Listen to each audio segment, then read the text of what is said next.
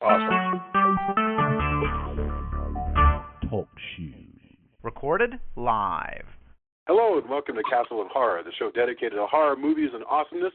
This week we continue our Exorcist Retrospective with Renny Harlin's Exorcist, The Beginning. Bear in mind, if you haven't seen today's movie, we're going to be talking about it from the perspective of horror fans we have.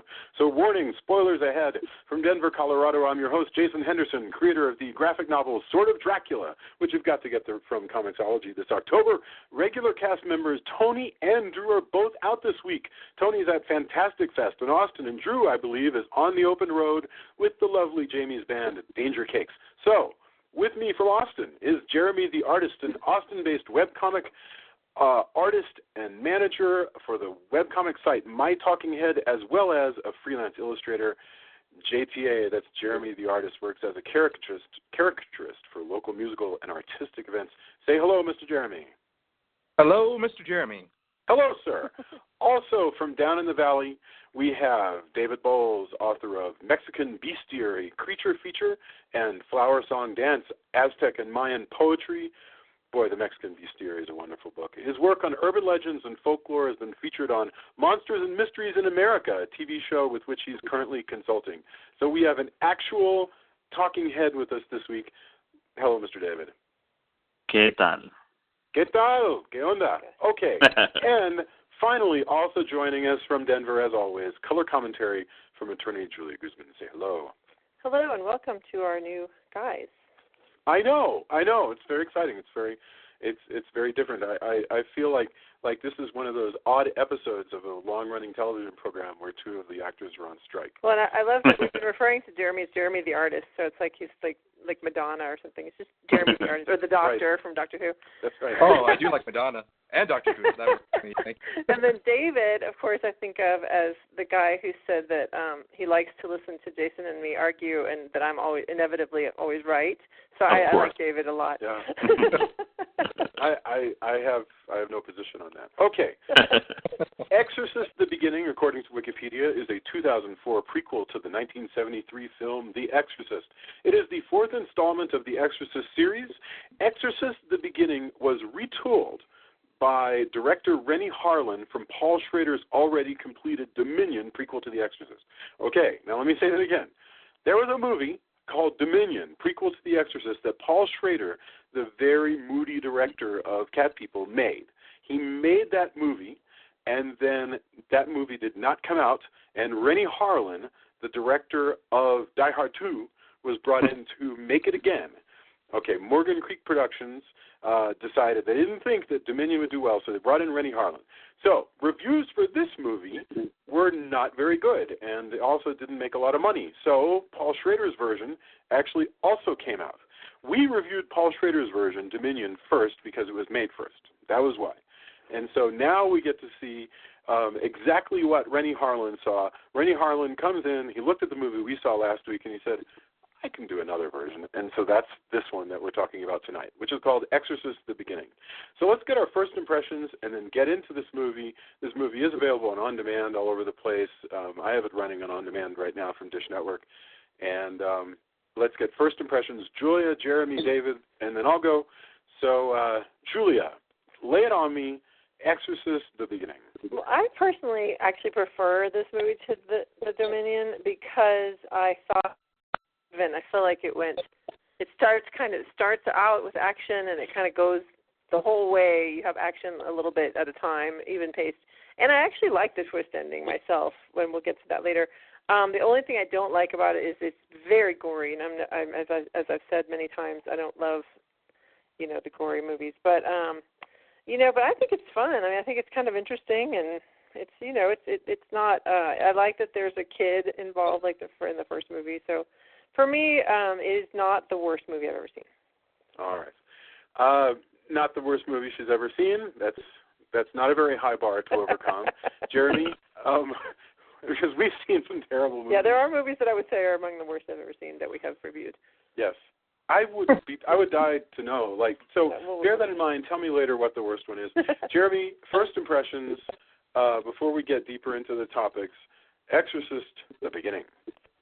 Well, Exorcist: The Beginning, funny enough, I never saw the original Exorcist, so I watched this movie, Exorcist the beginning, and then I watched the original. And just watching it without having that initial reference, like I felt it kind of ran like maybe like The Mummy, the Mummy remake from like 1999. Like it was like for me, it was like Julie would say, like a fun movie. Like it had it was pretty even with the action. I myself like gore and blood and stuff, and so it kept me entertained. But like not having that initial like reference, like I thought it was missing something. And then I watched the original. I was like, well, if I was an original Exorcist fan and going to this movie, I don't know how it would feel. So I enjoyed it.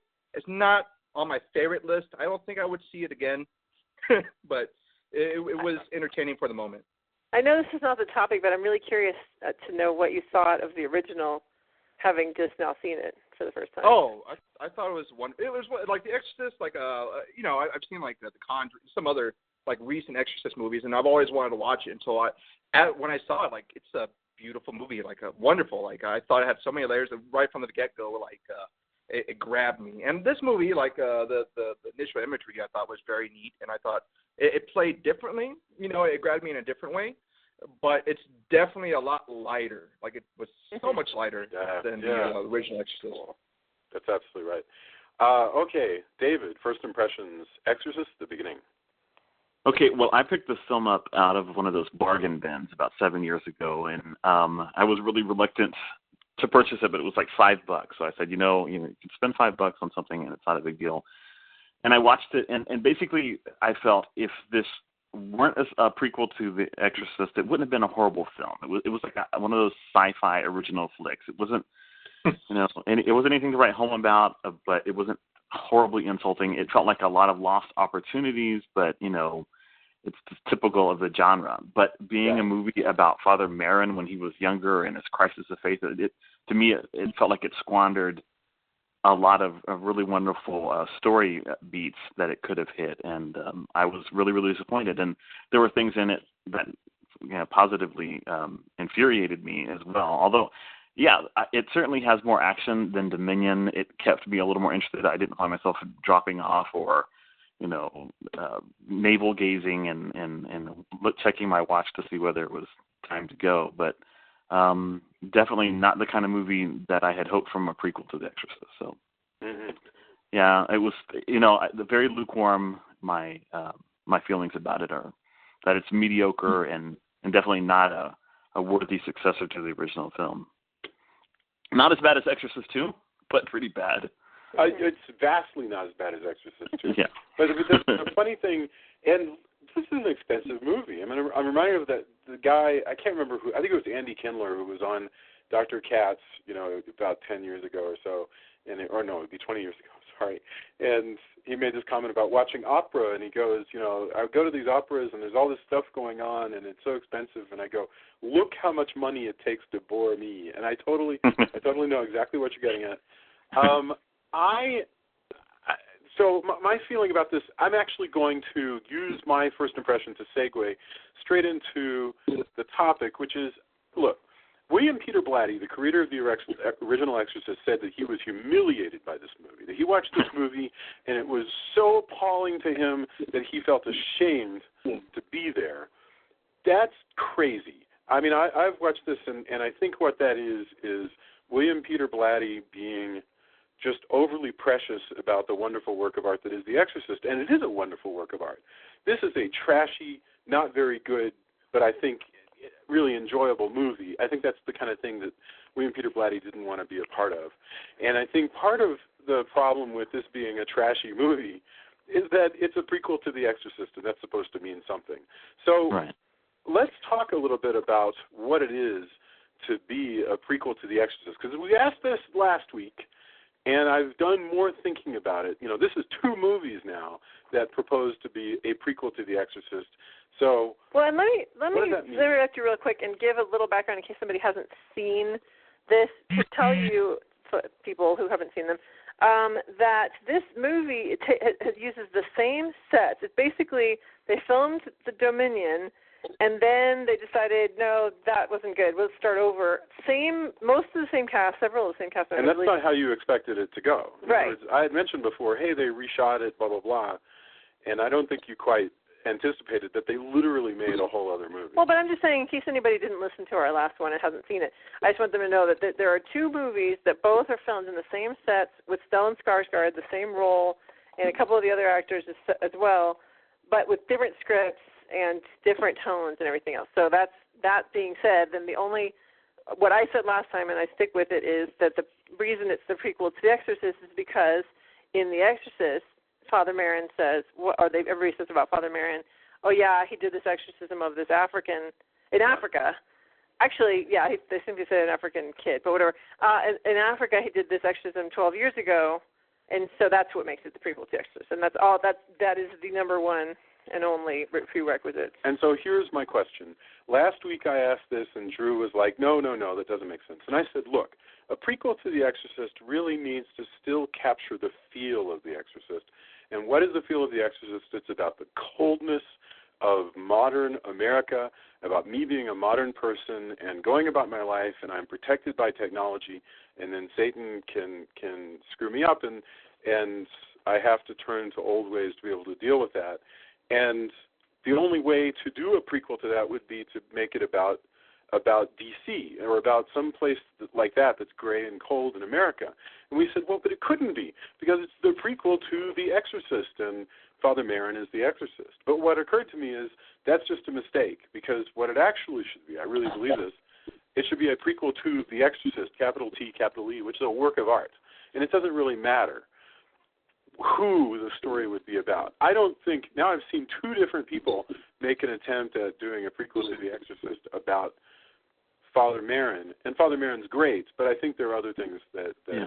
Well, I don't know if I agree with you, Jason, that it has to be in America and have to be it certainly has to be the struggle between modernity and the way we live our lives in this kind of isolated way, and the way we've kind of turned our back on the darkness of the past, and we think that we've gotten beyond that, and how it just comes out and can snatch things away from us. But I think you could still do that with Father Merrin in Africa in the late 50s. I think it still works, but you had to have a completely different script, and you had to have like something less gimmicky than what they've done here. I mean, the idea itself is gimmicky. The idea of Father Merrin saw something horrible in World War II, and it still haunts him, and he's abandoned. To me, that's not the Father Merrin that you see in The Exorcist. You see this guy who was broken by an exorcism, not broken by something before an exorcism. Right. I mean, you guys touched on that last week, and I really think that ignoring, I guess you could say, exorcist canon was one of the biggest mistakes that they made here. If they had actually told the story of Father Merrin and how he lost his faith and how he turned away from the church because of this months-long struggle, they said in the original movie, that almost killed him, none of which is apparent to me in this film. I think that we could have still had a prequel to the story of Father Merrin. Yeah, it's not seemed to almost kill him. Oh, go ahead, Jeremy. I'm sorry. Oh, no worries. For me, I backtracked, right? And so, going and seeing the original and seeing what, how the original Father Merrin was, I have this thing about movies where I like having mystery to the characters, and like you're saying there, he was a broken man, and you didn't quite know. You just knew that he had dealt with the forces of evil before, but you didn't have this full explanation of it. And having this full explanation through these prequels, I feel like it doesn't have the same effect like the original movie had, and you lose a bit of the character. Well, maybe prequels are a problem. I mean, maybe the whole idea of a prequel is just not something that we should be tempted to do. Because in the end, all it's going to do is show you what you already know. I mean, in the end, you know that Anakin is going to become Darth Vader. And there's something really lacking about the fact that really you're just biding your time until the end of that third movie. And the only way to avoid that would be for them to somehow surprise you by turning your expectation over, and show and going, aha, see, actually it wasn't the way it was intended. I'll give you for instance. I'm going to again just respectfully disagree with you, and I heard you mentioning this last week in the episode, and And I wanted to reach out and say, no, wait, just go back to some of the same stuff. Yeah.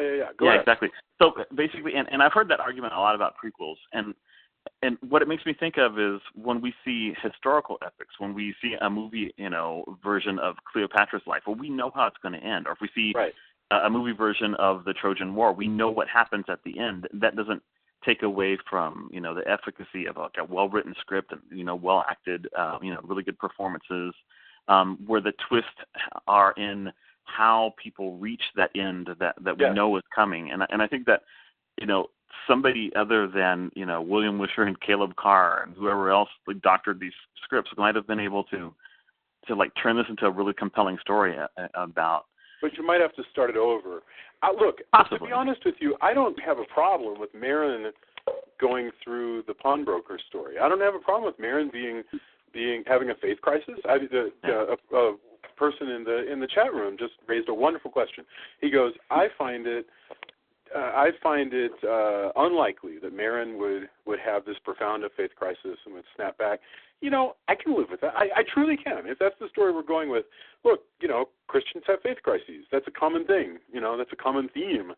And so I can totally dig that. If anything is going to give you a faith crisis, the Holocaust is probably one of those things.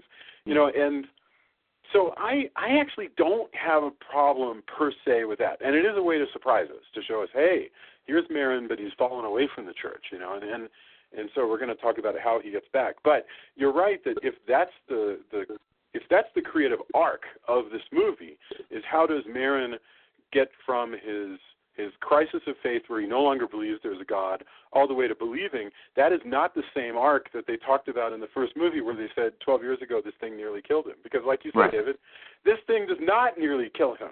There's no point where he's in any real trouble at all. And Jason, totally. And there's something else. And when we get into the story, and we start talking about the setting and about the native people, the Turkana.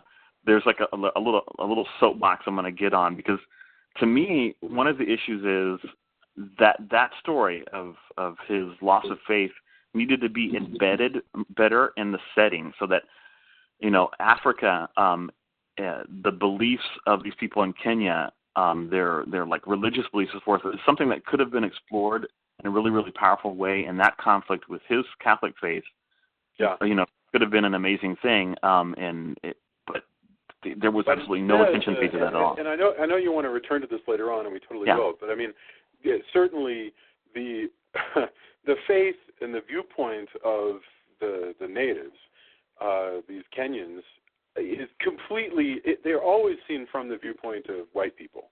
There's literally there's no attempt whatsoever to make head or tail out of what exactly the natives believe. Or exactly, and it's they may as well be crazy Aborigines in deepest, darkest Africa. Yeah, to me it was like watching the original King Kong or something. It's like, that no resemblance to actual African people and their beliefs. It's like, oh. I will say, I wanted to go back to a comment though about, whether he almost dies or whatever. He doesn't almost die because nothing really happens to him, but he does face a lot of danger. I mean, they are the only survivors of this thing. Because when they come back out of the church at the end, and there's this field of just bodies, just like in the opening, which I thought was kind of neat how it came back around full circle. Okay, and actually good. That's good. And now let's zoom back. Let's imagine a dolly back to the beginning, because I think you've just brought us full circle, and so that's a really good place for us to start. So this movie actually starts 1,500 years ago. We saw Paul Schrader's last week. It was nothing like this. This movie begins 1,500 years ago with a Roman priest walking across, and I can't remember. But he's walking across like a field of the dead. And there's these like people who've been crucified upside down. Some of them are still alive. Many upside down crucifixions. Mm-hmm. He is the one survivor. And that's just a glimpse of the future. It's like a stinger. And the one thing it tells you right off is that we are in comic book land. I mean, one thing. Yeah, because it looks like Lord of the Rings. Yes, and you realize suddenly, oh my God, same sets, all kinds of things. But throughout this movie, where Paul Schrader did something like some kind of leitmotif, make you think, there is not a single thing from the first movie that Renny Harlin is not willing to take and sex it up and make it a little more trashy and a little more on the nose and a little more gory. It is the Marvel Comicsification, I guess, of Father Merrin. And so that's I don't know, that's where we open. We open with this vaguely historical Roman slaughter in somewhere in Kenya. And then we move forward to like the Indiana Jones in Casablanca. Yeah. We move forward to Casablanca. We move forward to the Hungry Like a Wolf video, because all of a sudden there's like the turning fan, and there's Father Merrin, who in the last movie was wearing these tan outfits, but in this one he's got the 3-day beard, he's got a fedora, he literally looks like Indiana Jones. There's monkeys. Yeah, there's a cute little kid trying to sell him something. It's so crazily, it's so ridiculously on the nose. It's like a parody of Casablanca. But once again, I had been given to understand that this was a trashy, terrible movie that everybody should be ashamed of. But as I watched it, I realized that this is sort of the height of terrible, terrible filmmaking. It's almost like this is like high gloss badness that I definitely could appreciate. Anyway, we meet Merrin. Go ahead, please. I was going to say, and so in this place he meets Semelier, right? The collector of antiquities or whatever, and that's where the first time I watched this, I got completely thrown off because they didn't fix it in post or anything. This guy says that they found a church that was founded in 5 AD, and I rewound it like 4 times to make sure. Are you 5 AD? This is what you're really saying? And when he meant like the 5th century AD or something, but he says 5 AD, and it kind of speaks to how like little Harlin actually cared. What complete disregard. Yeah, what utter disregard. Because you could fix that so easily in post. You just get the guy to come in and dub his line. And then Father Merrin responds, "Oh, yeah, the Byzantine Empire had already adopted Christianity by that time. Really? Christ hadn't even died in 5 AD. Come on." That's wonderful. All the science, all the history, all the everything is just pure blather. It has literally as much meaning as a Shazam serial from the actual period that this movie's supposed to be taking place.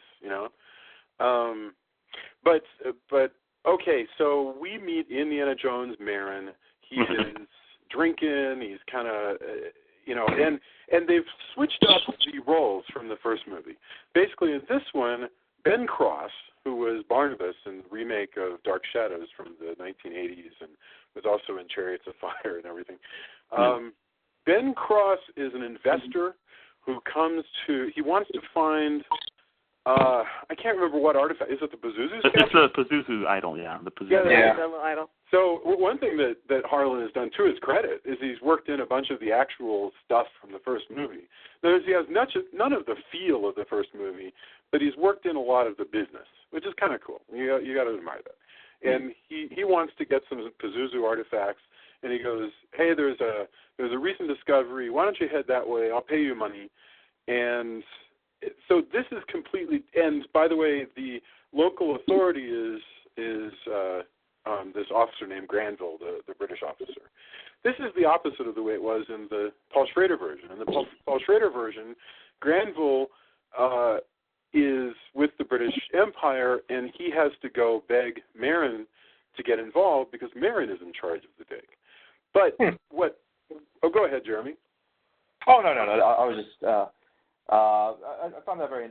I did a home. I was just like I found that very interesting. Yeah, what's weird about it is that I mean, you realize Harlin is just working straight down his checklist of how a movie script is supposed to work. The first act is supposed to start your main character in one place, and he gets called to adventure. Holy God! I mean, it really does. It's the monomyth, yeah. Yeah. He gets called to adventure. He says, "No, I don't do that stuff," and they go. They give him some reason, and so he goes, and he enters Act 2, where he gets there. I mean, it's really, this is much more a Hollywood movie, and it also makes me think, what if you took Renny Harlin and you had to remake other Paul Schrader movies? I mean, what would a Renny Harlin version of Cat People have looked like? Slaughtered cats. Yeah, I know. Nastasia Kinski would be like climbing buildings and like. Well, I will say that was really cool. At one point in the I don't want to get out of your order that you're trying to go in, but remind me to come back to the cool scene of where she's crawling on the ceiling, because that was awesome.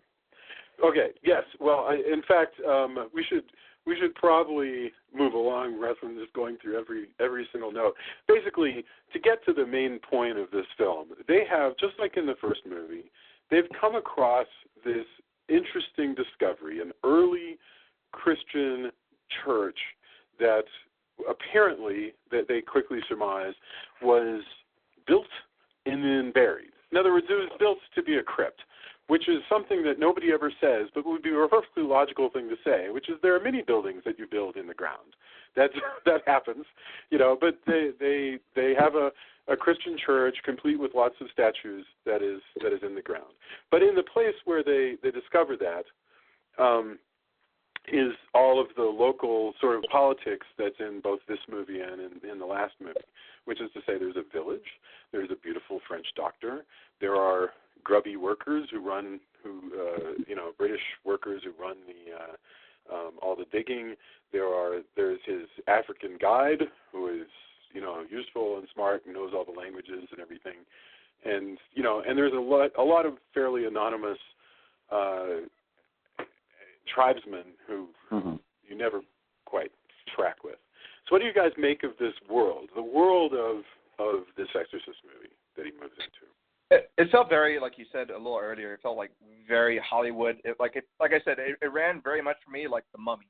Like once Merrin came and accepted the job, and he's going to go and do this hunt, and he goes and starts meeting the people. Like for me, like I already knew, like boom, this is my setup. I'm going to meet this so-and-so character and this so-and-so character, and he's going to go in this. Like, it felt very cliche. Like, I knew what was going to happen. Like, I read into it already to the end, Yeah. There's a comfort food feel to it. Yeah. I know that I'm trashing it, and yet, it's extraordinarily, I think it's very skillfully made. I don't think that, outside of the looping problem that David points out, although that's just a logistic thing that they clearly don't care about. In other words, I don't think they give a rat's ass whether about. And they're also playing to an audience that this was not going to know things. Like, for example, think of a scene where Father Merrin and Father Francis are actually go into the church for the first time, and there's the image of Lucifer, and they have this exchange of like, hey, that's Lucifer. Oh, yeah, God's favorite angel. And, he was cast out in the war in heaven. You're like, priests, know this shit. They're not going to, sit there and have this exchange where they're like, hey, we know who God is, right? We know who Satan is. Yes, we know who God is. Well, but that happens in, on everything. Like, we always watch any given show, like, CSI or whatever, and it's like they have to define stuff for the audience because they don't know what the audience is. But you're right. But do you have to define Lucifer to the audience? I mean, really? Defining Lucifer to the audience seems like the height of I don't know, like an insult to I don't know. I think a lot of people think of Lucifer as the devil, but not as a fallen angel. I don't know that everybody knows that necessarily. Maybe they do. But I guess you have a point. I liked the upside down cross that had been moved or whatever from. It seemed they had been somewhere else and they'd taken it and. Oh yeah, and that was really cool. But then they leave it there. Like, okay, you see the crossing upside down. Why doesn't somebody take the thing down? They just leave it there the entire movie. It's an archaeological. They're not going to mess with the cross wasn't hung upside down 1,500 years ago. The cross. No, but it doesn't matter. It's still part of a find. It's still something that they found. They don't go in. These archaeologists aren't going to go in. No, but I mean, like Father Francis. Wouldn't Father Francis, because of how sacrilegious it is for you? I don't know. It just struck me as really odd that they would have that just hanging up through the entire movie. At least there should have been an argument about it. Yeah. No, that would have been an interesting conversation. It's like, well, hey, clearly somebody broke in here just like last week and broke off this crucifix and hung this up. Can we fix it? Should we take it down? No. Maybe I want to preserve it. Maybe Major Granville's going to want to dust it for prints. Right. But none of that happens. I have to say this is going to be a stupid thing to point out, but I really feel like the crucifix is not up to snuff. I feel like the crucifix that's hanging there appears to be very crudely and quickly made, compared with the pretty awesome St. Michael statues that they have. Well, and I'll tell you what, the whole thing, like one of the things that I noticed being discussed on like the trivia of IMDb is none of the stuff is actually like historically accurate to the Byzantine Empire and the iconography of the time. I mean, clearly that's not what they're thinking, but it's like you can imagine somebody who's like a student of archaeology is sitting there watching this going, wow. Well, and also like I'm loving I'm having a dialogue with the person in the chat room who is an expert on like religious history, so, professor of religious history, and he's talking about how the fact that they mixed the Pazuzu business and the demon possession of like the Christian faith is very very different from anything else that he's seen. He's like, that's really interesting to me because I don't usually it's like if you're ancient Sumerian, demons possess ancient Sumerians, and then Christian demons possess Christians. It's a good point. I want to know what an ancient Sumerian demon is doing in Kenya anyway. I mean, right. I don't know why why people are so fascinated. I mean, for instance, there was a movie that tried to say that Dracula dated back to the Sumerians, and I was like, that's absurd. Dracula's a person. He was around in 1400, the mid 1400s, and that's not even all that long ago, really. So at most, this guy's, about half 1,000 years old, which isn't even all that old. I mean, that's what it does begin to bug you. I mean, when you know anything at all, it begins to bug you how much people just don't care about things. And the general, you know what? Let's not get into. I was about to start to complain about ignorance, and that's there's so much of it that will never stop.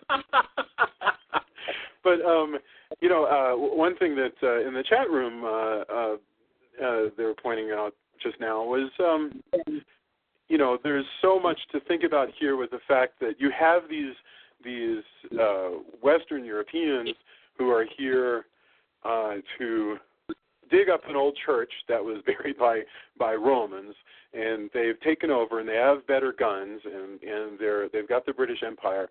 All of that stuff is here. Now, what's funny is that it is barely brushed, whereas it's really the central motif of the Schrader film. In this one, yes, there's the British Empire and there's all that stuff, but it's hardly touched on. There's no depth at all to the question. But boy, the Nazis are bad in this movie. Yeah, the Nazis are bad. I mean, the children. Yeah, the Nazis are so terrible. Kids in front of their parents. Nazis are so terrible in general that it reminds me of the Indiana Jones when he sees the Nazis in Temple of Doom, and he gives probably the greatest line in Hollywood. He goes, "Nazis, I hate these guys," because I mean, they're Nazis. There's no, they're like demons.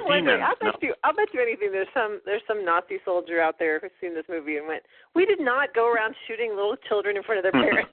He's probably living in Argentina. This Laurence Olivier schmuck would be lying to you. But yes, okay. So anyway, yeah, there's all of that British Empire stuff going on.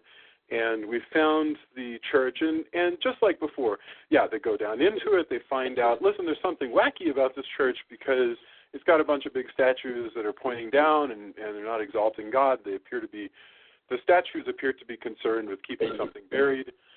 And just like before, the opening of the church coincides with things starting to go bad. The people on all sides start to kind of act out. The tensions rise between the British and the tribesmen. A hyena tears a little boy apart, and a terrible CGI hyena tears a little boy apart. That was an amazing hyena. They were like the wargs from Lord of the Rings, like this. They jumped from one lot to the next and started. As horrible as it sounds, that was like one of my favorite scenes. Like I was like, oh, look at all these hyenas and look how bad they look. And I just for some reason I enjoyed. It was certainly laughable. Yeah, no, I had a good laugh there. It's funny. I wasn't bothered by it, but I did like the fact that it takes. Boy, like is a weird word. I appreciate it. I was interested in the fact that it took them so long to tear this kid apart. I mean, they really sort of. Especially, and like everybody kind of just like stood by. I mean, I understand that you freeze up, but I was surprised that there wasn't anybody like doing something else, like moving towards if I were a father, my child's being mauled by. Boy, I mean, he like grabs the guy. This is like the action hero Merrin, even more than the last one. Indiana Merrin. Starts shoot right. You know, if there's a dark hole for him to drop into, he'll drop into it. He's afraid of nothing.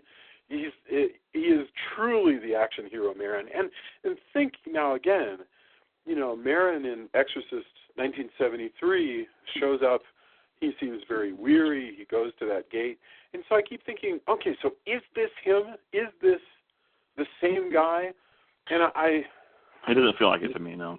Well, you know, like for me, like watching this and watching the original, like in the original, there's Damien, the young, you know, young priest who lost his faith and, you know, at the end, whatever, you know, sacrificed himself.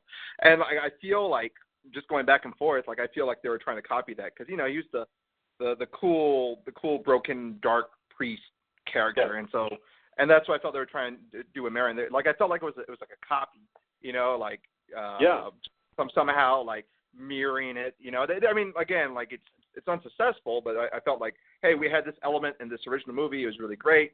Let's try to, you know, apply it here, and that's what I kind of took. Jeremy, I think you nailed it. I mean, I think that's exactly why.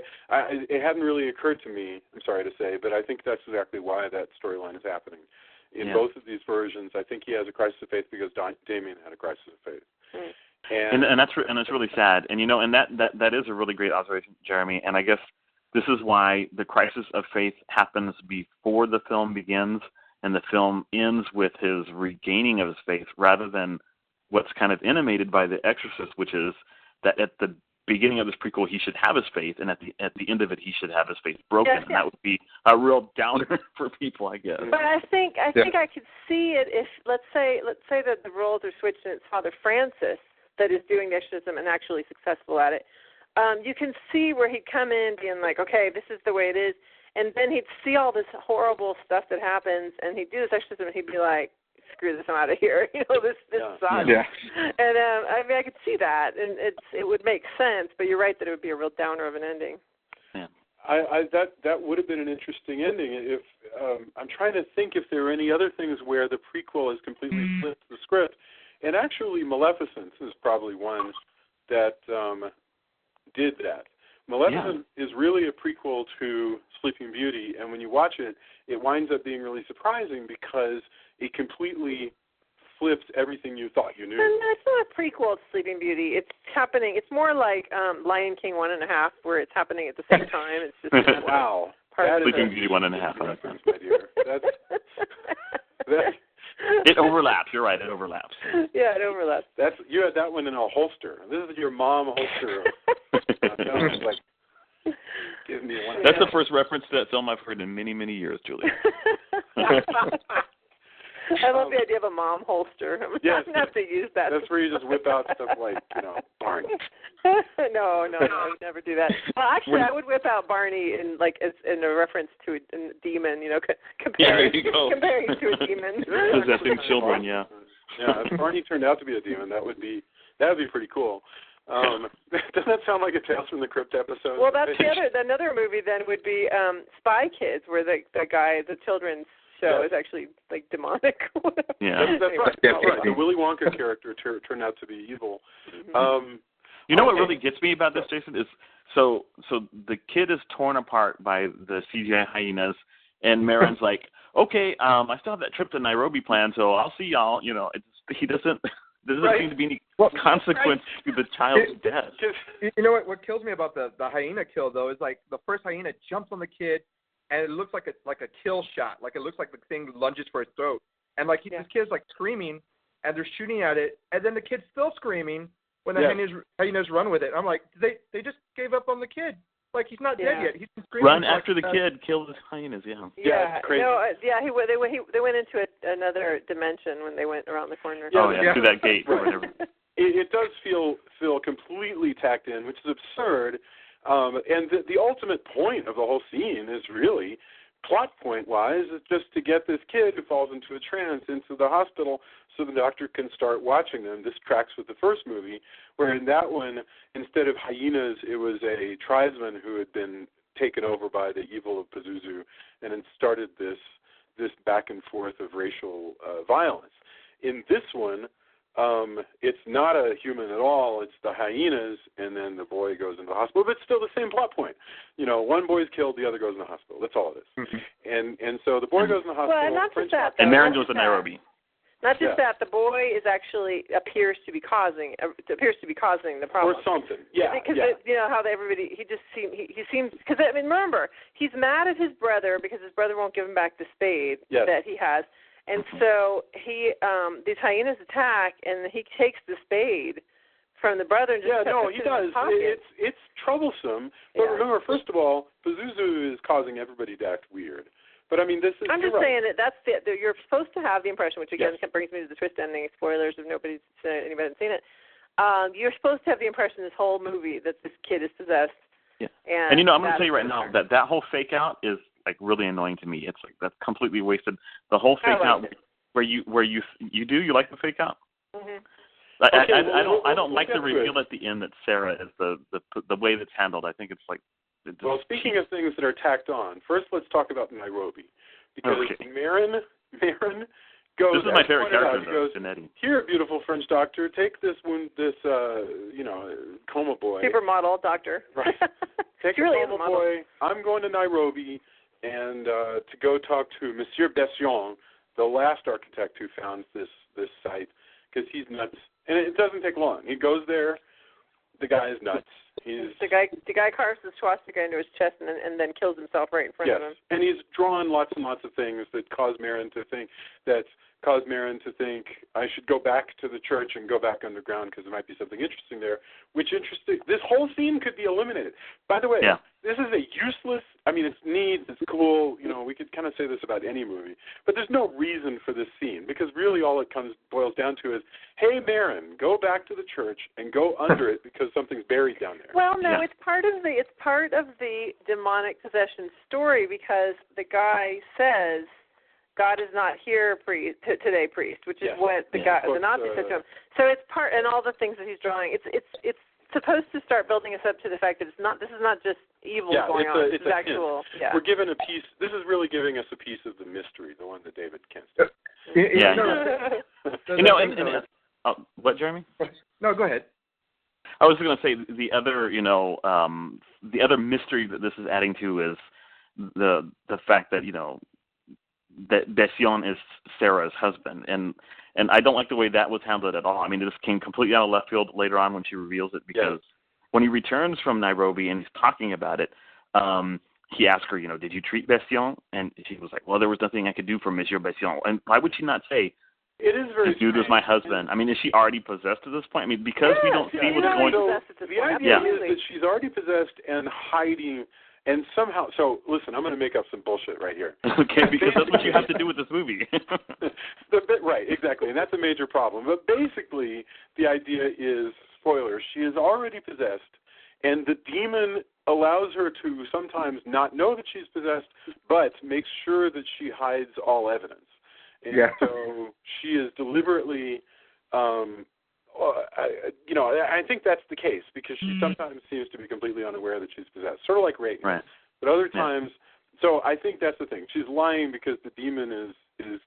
Well, and she's not even just lying. I mean, it's also really kind of horrible and shameful, that this happened. So I don't know that you'd necessarily brag about that. Oh yeah, my husband's locked up in this sanitarium because he's, I think it's. It's just that I don't know.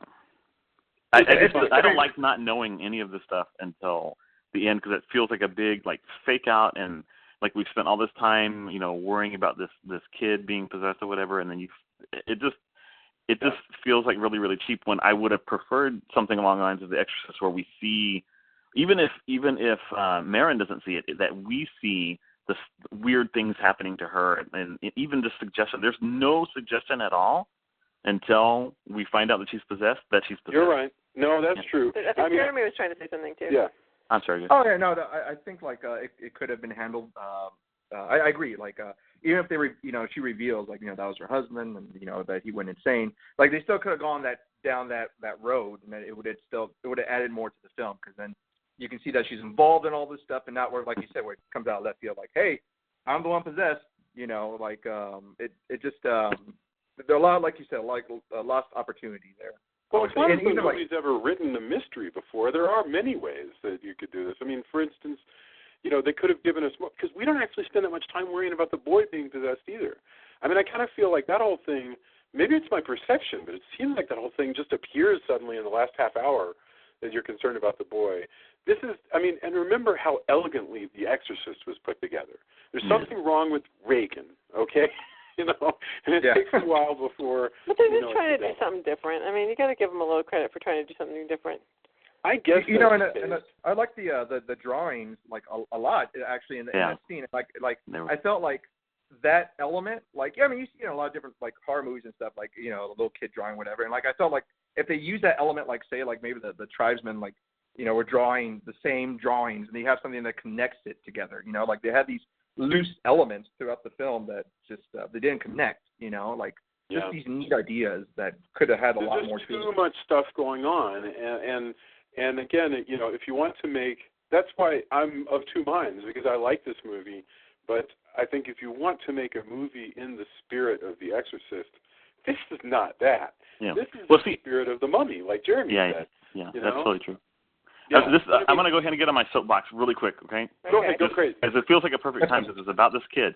So, like, just the most cursory research into the Turkana religion told me some really interesting things. And like we said before, this movie is like way too white-centered. I mean, we spend all our time with Sommelier Merrin, Father Francis, Gionetti, Granville, Jeffries, Sarah Novak, Bisson, all these white characters.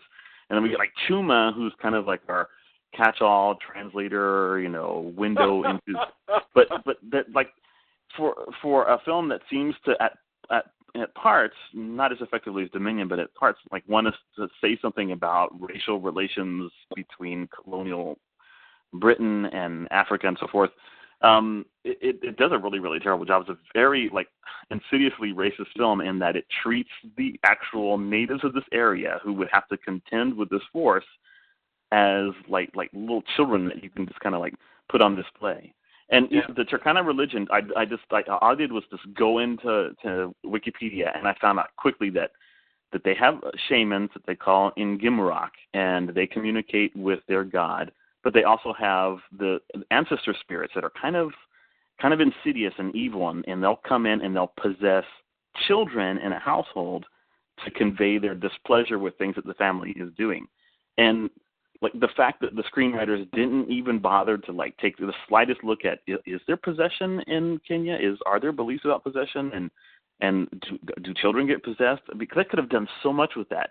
Yeah. Because if the people in this film, the native people in this film, believe that children can be possessed by ancestor spirits, that puts a whole different spin on things. They have ways of approaching that kind of possession. Yeah, that would be their first thought. Instead of you opened up your white church and it's causing this problem. And so I think it would have been really interesting to see the religious leaders of the Turkana in conflict with Francis and Merrin about why this child is going through what he's going through, and that kind of back and forth between the type of exorcism that they would do in their religion. You just came up with a much more awesome plot. Well, I mean, this is often the case in these podcasts. but you know, like a lot of my concerns. I'm really into the folklore of indigenous people and their literature and their religion and so forth. And when I see a film like this that's made by ostensibly like liberal, open-minded people in Hollywood and they're going to make this film and say really profound things about faith and existence and so forth, and then they just like run roughshod over like the beliefs of the indigenous people. It just seems really amusing. Like the idea of these filmmakers of racism is what's the guy's name? Jeffries, right? The one that's got pustules all over his face. Yeah, the guy from that. To them, that's racism. The guy who like overtly says horrible things about blacks, but the racism that's inherent in the way this film was made and the way it portrays the African is like a more insidious type of racism that makes me more afraid. That's a racist who, So I don't know. That's my soapbox. Well, even when they're exercising the kid, and when the father opens the curtain, he's like, "I'm sorry," and he has all the shamans around him, and the demon like takes out all of the shamans in the room, and there's like 5 of them. And yeah. And then at the end of the movie, it's just Merrin. It's one. You can even look into it that way. There's like 5, the Africans, and you got one white guy at the end. That's because he's Catholic. I mean, truly, in the universe of the movie, it's funny how unabashedly Catholic the movies are. The Exorcist among them, and William Friedkin is definitely not a Catholic, but in the universe of the movie, this is some powerful superhero magic that the demons cannot face. And don't you see how much more effective it would be, and how it would break Merrin for him to be insistent. My church has the methods for freeing this boy, and he works for months and months and months to try to free the boy from demonic possession, and he can't, and the demon breaks him, and then the shaman come in and they say, "Are you done? You stupid bastard, get out of our way." And then they take care of it. They cast the spirit out, and he sees that like his religious beliefs and the exorcist system that they use weren't effective, and that he should have allowed the tribal leader. Acceptable. I think that could be an acceptable answer if you made it in such a way that because you have to exalt your main character. If in the end you were exalted by how much he learned and how much he, if he felt victorious that way, like, look, I've learned something new. If he goes away with a smile, then we'll go away with a smile. Yeah, sure. That would be all right. You have to work that in, Yeah. But anyway, I was just annoyed by the complete disregard for it. There's no doubt. It is pure. It is like on the level of Tarzan.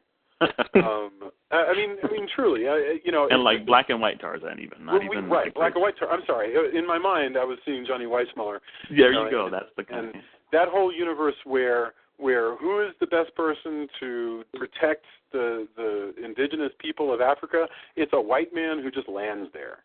Yeah. And that's and that's the story, and that is the story that white people tell ourselves. Now, look, always right, but this now I can also put on my hat where I go, okay, look, that is what this is. That is definitely a 1930s style piece of propaganda, and and that's why I keep falling back on. I love how old-fashioned this movie is, to some extent. Well, but you know what? I mean, how many horror movies or action movies can you think of in the last couple of decades that aren't like that? Really, it's not old-fashioned. It's just the way. It's just the way movies are made. Yeah. The movies are made. Yeah, that's movies are that way. I mean, you don't have very few films, at least successful ones, where the good guys are the people of color or the indigenous people, and the white guys are the bad guys. You have, you might have like Russians who are the bad guys, but you're not going to have Americans or British people that are the bad guys, right, as opposed to the people of color. There may be a bad guy who's a white guy person, but they're not going to be. It's never going to flip that way. We just don't make movies that way, and if we do, people don't watch them. Yeah, I mean. I think for reasons of exactly the same sort of like on its face fear of appearing racist, the leading bad guy is usually a white person, because there's like you find out the secret guy behind it all was like a Brit or Middle Easterners have been the bad guys in more than half of the movies that we've action. Well, you think about the television show 24. A lot of times there would be the Middle Easterner, and then like behind him there's this shadow organization. Right. There's this part of the CIA. Yeah. Right. A white guy. There's somebody who's infiltrated. Yeah, white person who's like part of them. But there's always the Middle Eastern. I mean, you're right. Look, no doubt about it. Xenophobia is a problem. I'm saying that Hollywood tries to mask it. Why don't we see a lot of tribesmen with this kind of like on its face racism, basically, is because we've gotten smarter than that. Generally, that's why. Why are there no humans in The Lion King? It's because Hollywood doesn't know how to deal with humans of different colors. And so they. I don't think that's why. There are no humans in The Lion King 1.5 either, Jason. Right. I'm just saying. There are no humans in the world. This is an Africa with no humans in it. It's because it's a story about the cradle of civilization. It's where people come from, and yet there are no people there at all. Have you been to Africa? There's lots of. I haven't been to Africa, but there's lots of land that has no people on it. I like the way you said that. Have you been to Africa? Because I just got back, Jason. I haven't there. Lots of places. I stayed with the lions. I'm just saying that if you go looking looking for insidious racism. Insidious racism looks also into you. Yeah, no, I know. But it's just that this is supposed to be a prequel to The Exorcist. And you asked at the beginning of the show, like, what is a prequel to Exorcist? There's like a philosophical, tonal kind of thing that needs to be going on for it to be a true prequel to that movie. And it needs to ask some serious questions and they never do. Hold a mirror up to us, and it doesn't. Okay. Yeah. No, I agree with that. But so can we get to the SmackDown? Because that was kind of exactly.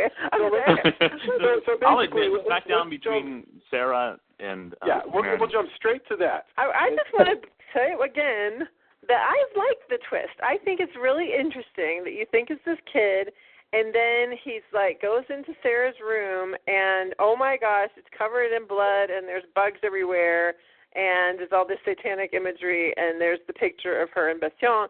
I think it's kind of a neat surprise, and then you realize, because then you kind of go back and do this. I mean, it's not. I'm not saying it's the Sixth Sense by any means, but it's kind of like the Sixth Sense where you go back and you kind of play it back, like, oh yeah, I guess she has been there, and it makes sense that she's the one kind of driving this. And then you go, and the kid is in danger, just like he was in the other movie. How there's two people, but it's switched. Where the woman was in danger because the kid was possessed. But in this case, it does harken back to the original Exorcist because she looks like crap when she's possessed. She looks scary. Yeah, and lots of business. I like the makeup. The business now is Pazuzu, the demon. Harlin, once again, doesn't get the tone at all, never could, but he gets all the business of the original Exorcist. So the Exorcist looks like Reagan, talks like Reagan, does... It crawls on the ceiling like sexual taunting like Reagan. I mean, it's all the same stuff. And I loved that. I mean, I really love that at this point it's really certainly trying to be an Exorcist sequel. Yeah. Even in ways that Exorcist 2 didn't try. Right. Because Exorcist 2 dumped a whole bunch of stuff, and just got rid of it. Oh, okay. So anyway, yes, this SmackDown at the end is in two pieces.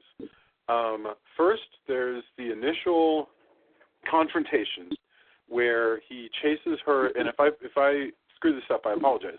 But he chases the demon girl to the church, and then the fight goes deep, basically. As soon as he sort of frees the boy, and I can't remember exactly how that happened, but the bottom line is he chases the demon deep into the tunnels that are revealed to be below the church.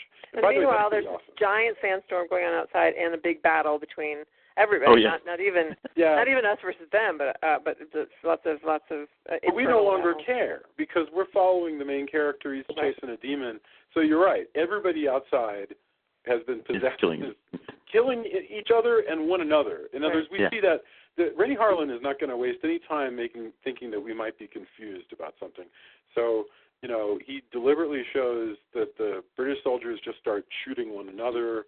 The tribesmen start, stabbing one another with their spears.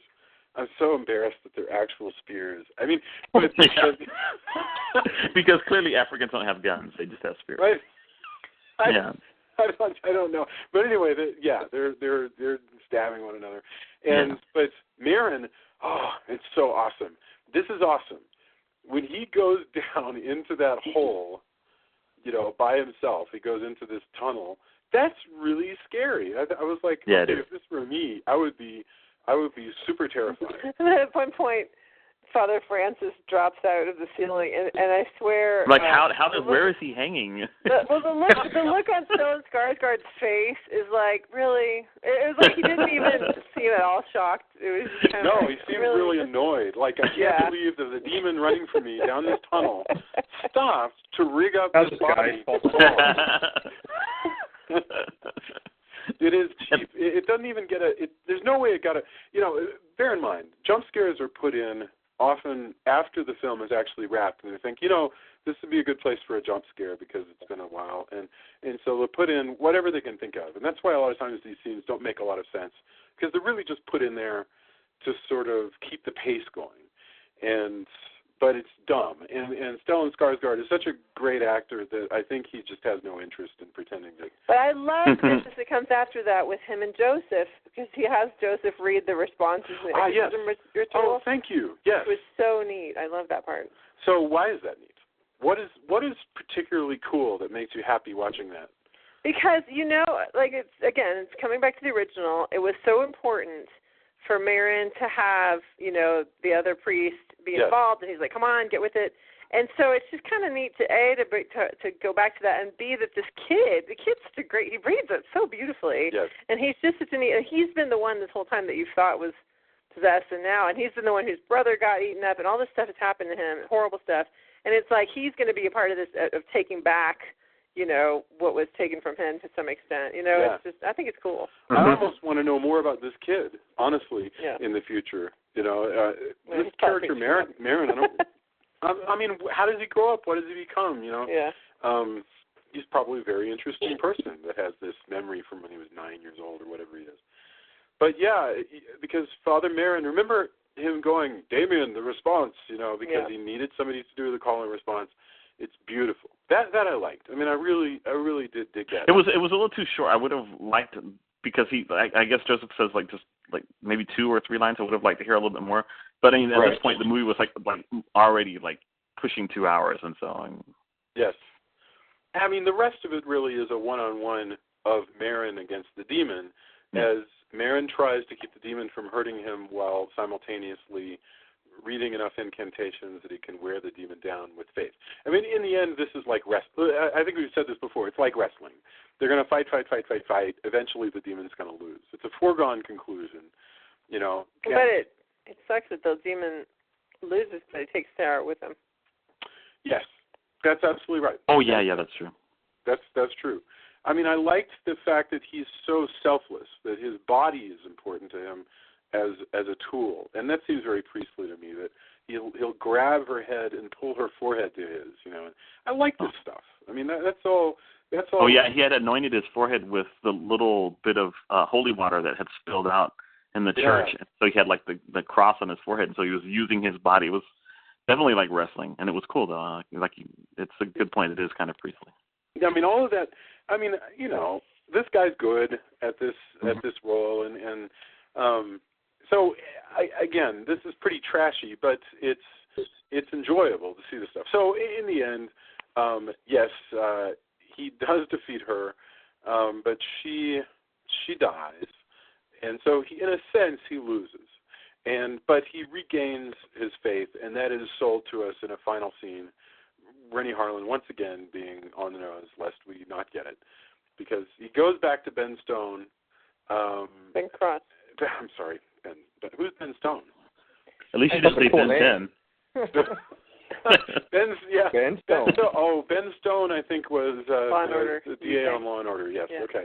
He goes back to Ben Cross and the collector and says, I had the Pazuzu statue. It's so silly that this whole thing was ostensibly about getting a Pazuzu statue that ended up getting, it's the Maltese Falcon. Oh, my God. But he doesn't have it. It is the Maltese. He doesn't get it. He goes, I lost it, and Ben Cross goes, but you found it. Oh, the sand covered it up. That's what I remember. Yeah, But, so Merrin is a priest again. But, yes, David, so the sand covered up the Pazuzu statue, and what's really cool about it, and it disappeared, right? But what's really awesome about that is that explains, at least, Father Merrin, assuming this really is a prequel to The Exorcist, that explains Father Merrin's giddy surprise when he finds that statue again in Iraq. Right. I mean, and that's kind of cool, that he's now an old man, although it doesn't seem like he's going to be that old in just, whatever it is, 27 years. But, but yes, he'll be in Iraq and he'll come across the same statue. So that is Exorcist, the beginning. So we should probably, and I know we've been at this for a while, so we should probably get to our final thoughts, and then we'll come around, and I don't know if you newcomers are aware of this, but we also ask for you to let us know something that you've been into lately, an endorsement, something you think is cool. If you have anything. Let's go, if you have anything, and you can always pass, let's go around and get final thoughts. We'll go the same order as before, Julia, Jeremy, David, and then I'll go. Miss Julia, final thoughts on Exorcist the Beginning, and if you like, you guys can also talk about just the whole Exorcist series. I'm down with that.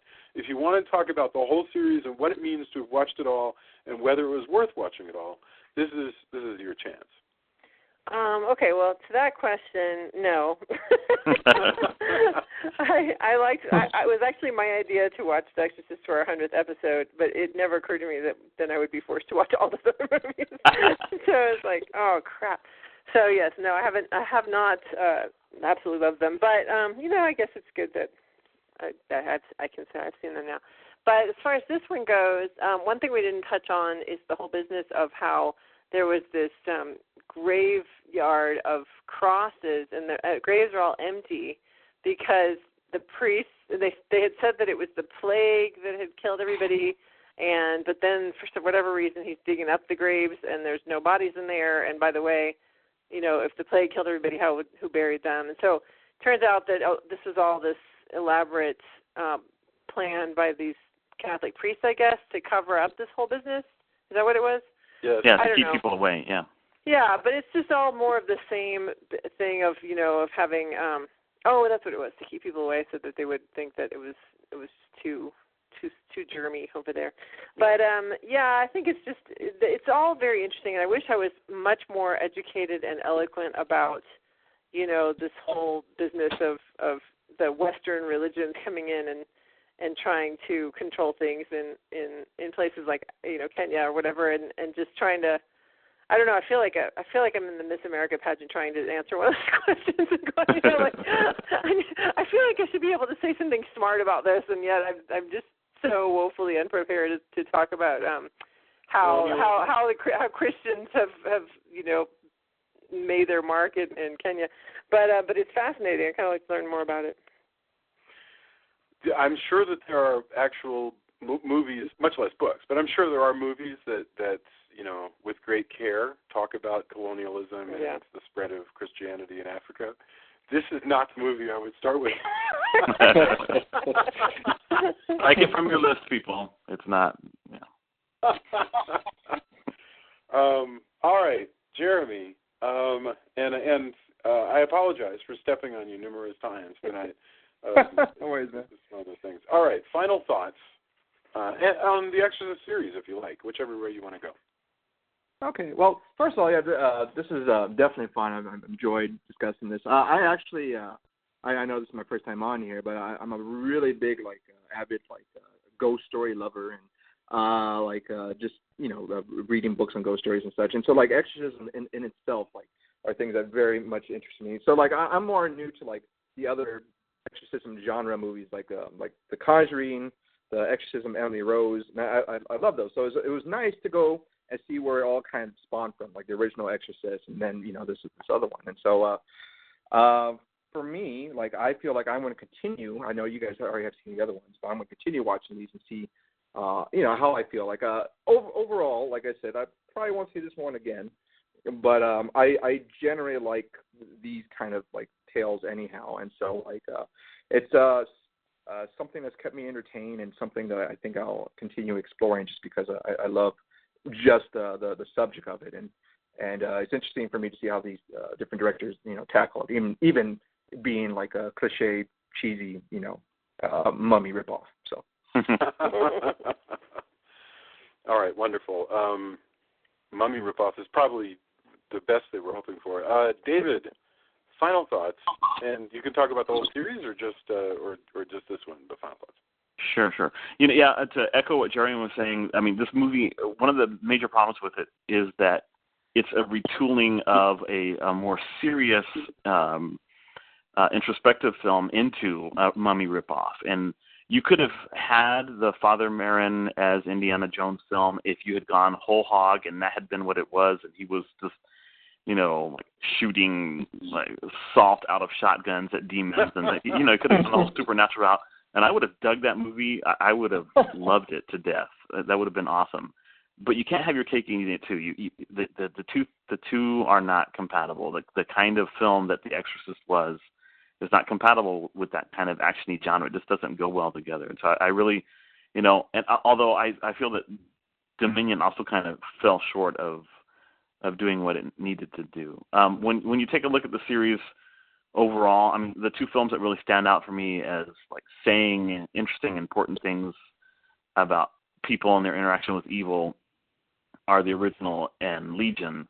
And those are just really, really awesome films, each for different reasons, but they have interesting things to say about people and their relationships with each other and the way they deal with darkness when it intrudes into their otherwise normal lives. And so I really enjoy them. This film just doesn't do that. And I almost wish that there weren't prequels to The Exorcist because, you know, my idea of, as when I was growing up, of what Merrin must have been like before he you know, walked onto that field in Iraq and started digging in the sand was very different from what we're presented with in both these films. And I mean, you know, the guy's a great actor, and he's one of the reasons that make that the films are wonderful to watch, the first two films, because you just like get a kick out of seeing Stellan Skarsgård like just, you know, ham it up and do things in this really, really professional way. But the films themselves are execrable, frankly, and I wouldn't watch them again. I never would. I saw Dominion a couple years ago.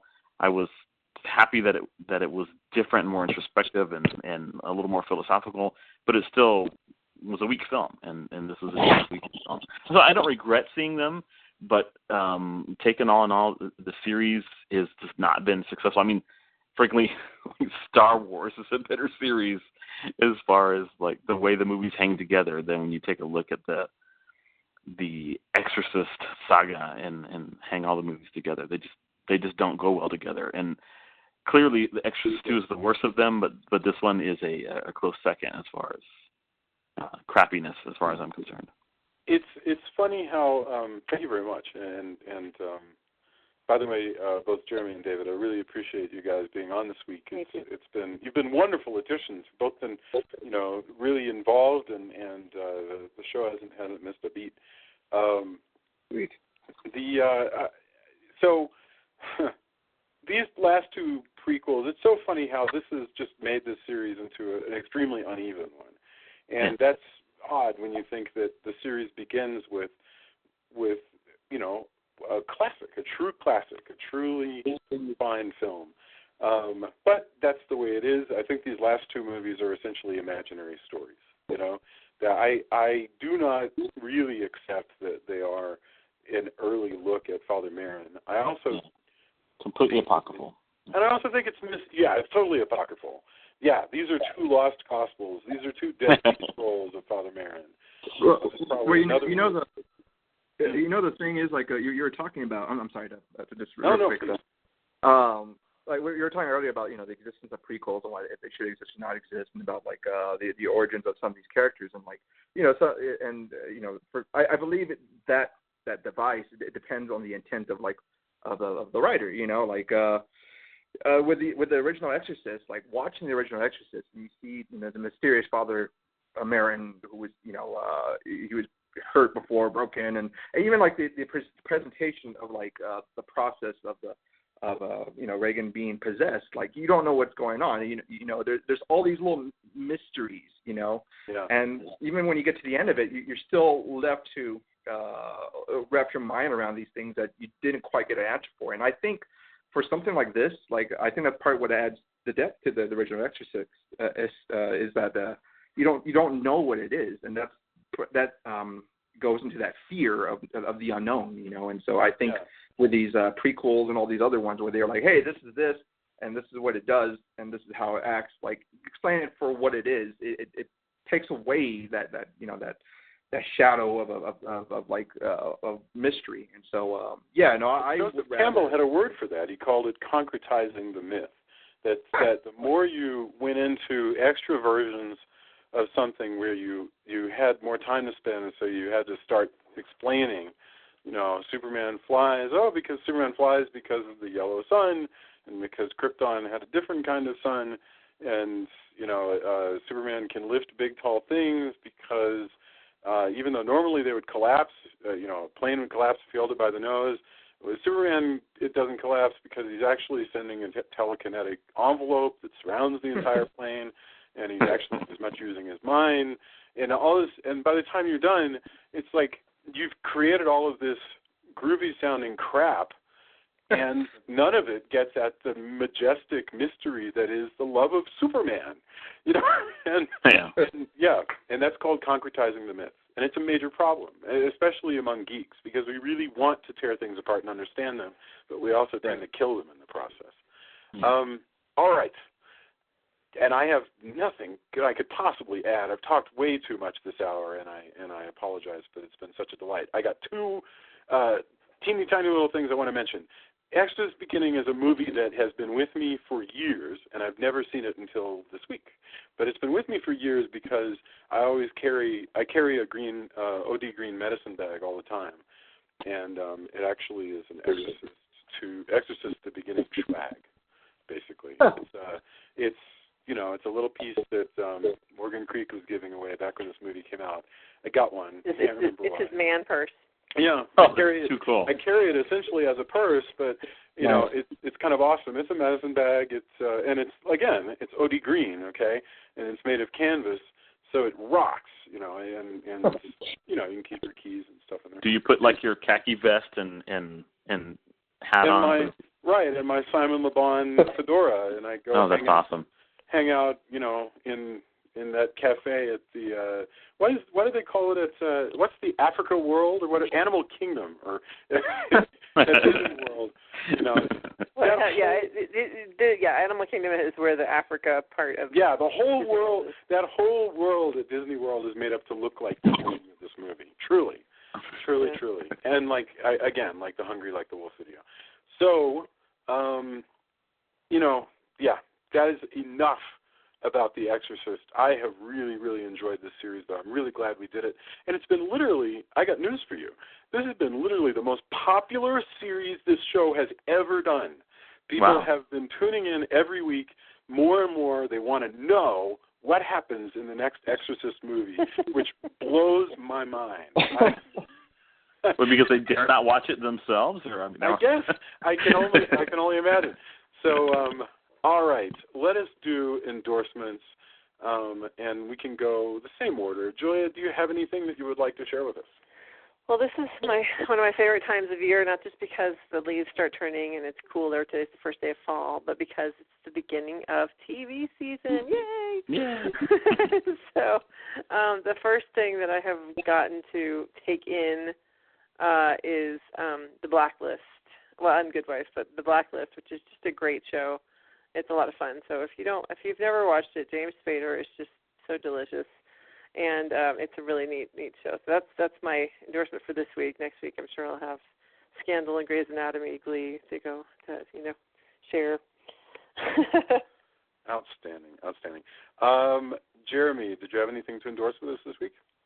Yeah. Well, like I mentioned earlier, I'm a lover of ghost stories. I'm a workaholic, so I'm always just trying to find like stuff on YouTube and such, and I realize now, Googling it, that it's actually a show on Animal Planet. It's the Haunted, and it has people recount, you know, the different stuff they encountered and with their house and stuff. But I found with this particular series that a lot of these ghosts are like more violent and aggressive. So the storytelling is great, and they're reenacted and such. And for me, it's I definitely recommend that if you're into like listening to like real life ghost stories and such. Very cool. Very, very cool. All right, David, any endorsements for us? Yeah, sure. A couple of things. Recently read this really, really hilarious and gory and gruesome book called Leprechaun in the Hood, the Musical, a Novel. That's the whole title. Holy crap. Great. Yeah, really, really great. It's written by a trio of guys, Cameron Pierce, who's like this wonderful weird fiction author, and Adam Sasade, who I think is from Texas, or either he is or Shane McKenzie is the third author. It's a great.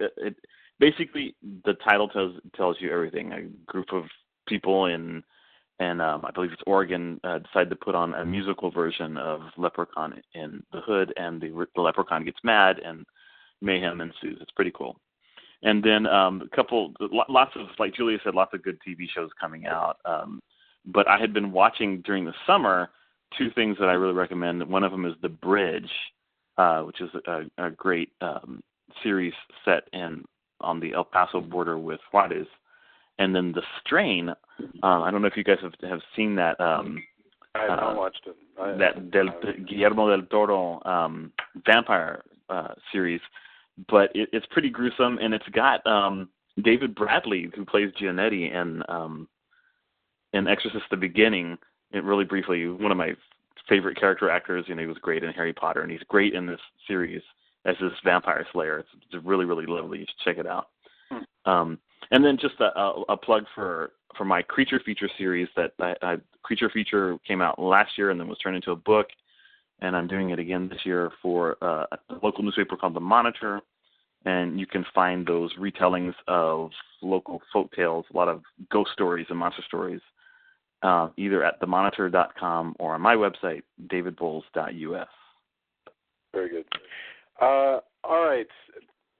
The thing that I actually have been reading this week has been Silent Hill Downpour, which is a new comic from IDW, which takes place in the Silent Hill game universe, written by Tom Waltz, who's the guy who's been writing the Teenage Mutant Ninja Turtles.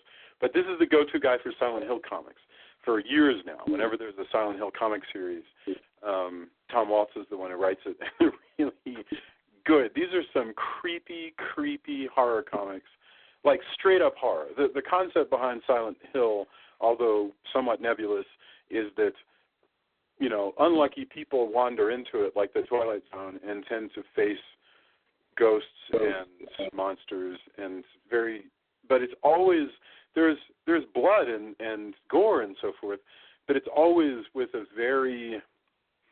it feels like a vision. It feels very much like very psychological horror. Good stuff. So I've read the first two issues. The second issue I managed to get a hold of, and it actually comes out next month. This is good stuff, so I recommend Silent Hill Downpour. I also, one thing that I wanted to say we did, so this weekend, this is an activity endorsement. One of our daughters said, hey, let's do a family collage. And so we took a great big sheet of paper and we spread it across a picnic table outside and took all of the magazines in the house and just started going through them, cutting out, things that Which, since I never threw any magazines away, there we had lots to choose. Right. So we made this, like I had a section and Joya had a section and the girls each had a section. And we made these, collages of visions for our lives and also just things that we were about and how we were defined. And it was a really wonderful family activity that I was really happy to do, and I totally recommend this. I think it was a neat thing. So that's my other thing is read Silent Hill Downpour because it'll make you sad, and then do a collage with your family. All right. Next week, we will be back with a bonus round of the Exorcist universe. Not the exorcism of Emily Rose, which kind of might make sense, but something that that I think captures some of the tone of the first movie we're going to be talking about, Audrey Rose, starring Anthony Hopkins. Yeah, that's going to happen, and then we're going to enter into some amazing October Halloween goodness. So thank you, everybody. Thank you so much. Thanks for having us. Absolutely. And hopefully we'll talk to you guys again soon. And everybody out there listening, please post reviews, post links on your Twitter, come onto the Facebook page and let us know what you think. Tell your friends and everything. I really appreciate it. Adios, guys. Have a great week. Buenas noches. Adios. Buenas noches.